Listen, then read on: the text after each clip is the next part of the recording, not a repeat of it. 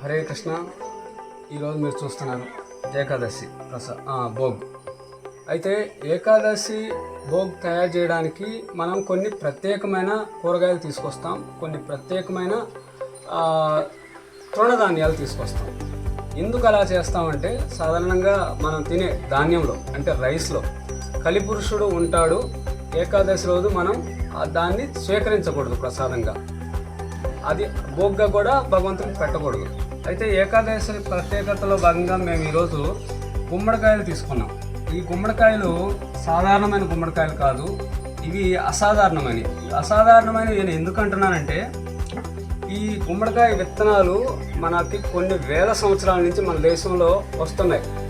అది దేశీ విత్తనాలు అన్నమాట. వీటి పరంపర కొంతమంది గొప్ప గొప్ప వ్యక్తులు పూర్తిగా సేంద్రియ వ్యవసాయం చేసే వాళ్ళ దగ్గర నుండి మేము సేకరించామన్నమాట. ఇది మామూలు గుమ్మడికాయలు, హైబ్రిడ్ గుమ్మడికాయలు ఉంటాయి. హైబ్రిడ్ గుమ్మడికాయలు చాలా పెద్ద సైజు, డిఫరెంట్ కలర్స్లో ఉంటాయి.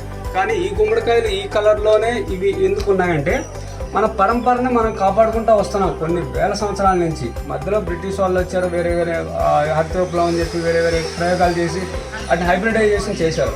కానీ మేము మాత్రం సేంద్రియ వ్యవసాయం చేసే వాళ్ళ దగ్గరికి వెళ్ళి బాగా రీసెర్చ్ చేసి వాళ్ళని పరిశీలించి వాళ్ళ దగ్గర నుంచి విత్తనాలు సేకరించి ఈ కోర్మ గ్రామంలో పూర్తిగా గో ఆధారిత వ్యవసాయం, అంటే పూర్తిగా ఆవులు ఎద్దుల మీద ఆధారపడిన వ్యవసాయంతో మేము పండించామన్నమాట.